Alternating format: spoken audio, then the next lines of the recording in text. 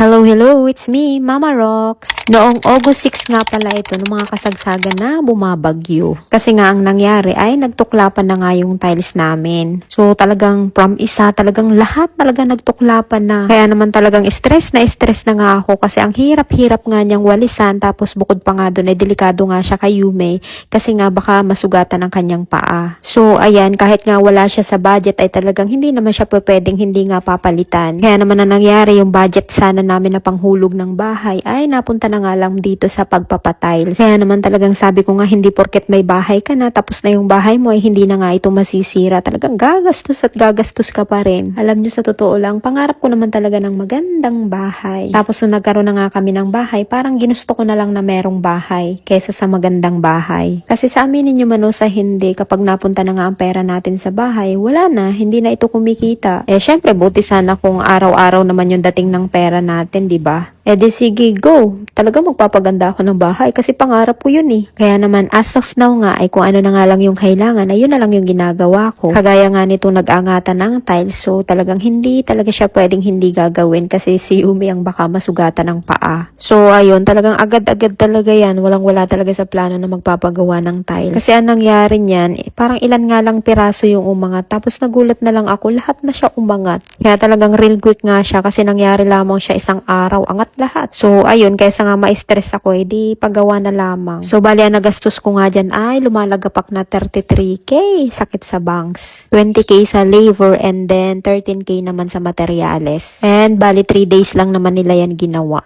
Tapos, nagpalit na nga din pala ako ng tiles kasi yung square daw ang likod ay mahinang klase nga daw yun ang tiles. So, ang pinalit ko nga ay porcelain. Kasi sa totoo lamang, lumipat kami dito sa bahay na ito ay year 2021. So, bali, umabot lamang siya ng 5 taon. So yeah, 5 taon lamang namin nagamit yung tiles na yun tapos nag-angatan na nga lahat. Hindi ko alam kung may impact yung naka-zero yung tiles o talagang mahinang klase lamang yung tiles o talagang pangit lamang yung pagkagawa. And ito na nga yung 3 days and last day na rin ang gagawa. Finally, salamat sa Diyos at matatapos na rin. Talagang sinabayan talaga nila yung bagyo. Habang bumabagyo ay gumagawa nga ng tiles dito sa bahay. So, habang gumagawa nga ng tiles dito sa baba ay tambay nga kami ni Yume dun sa taas. And pagkatapos naman, ayan, pagoda na naman ng lola mo kasi talagang ako lang mag-isa ang maglilinis niyan. Kasi talagang wala naman akong aasahan kasi nga ang kasama ko sa bahay ay isa lamang batang 6 na taong gulang na napaka-spoiled pa nga ni kasi nag-iisa lamang anak. And after nga ng madami-daming pagod ay ito na nga ang kanyang resulta ngayon. Salamat sa Diyos, natapos din.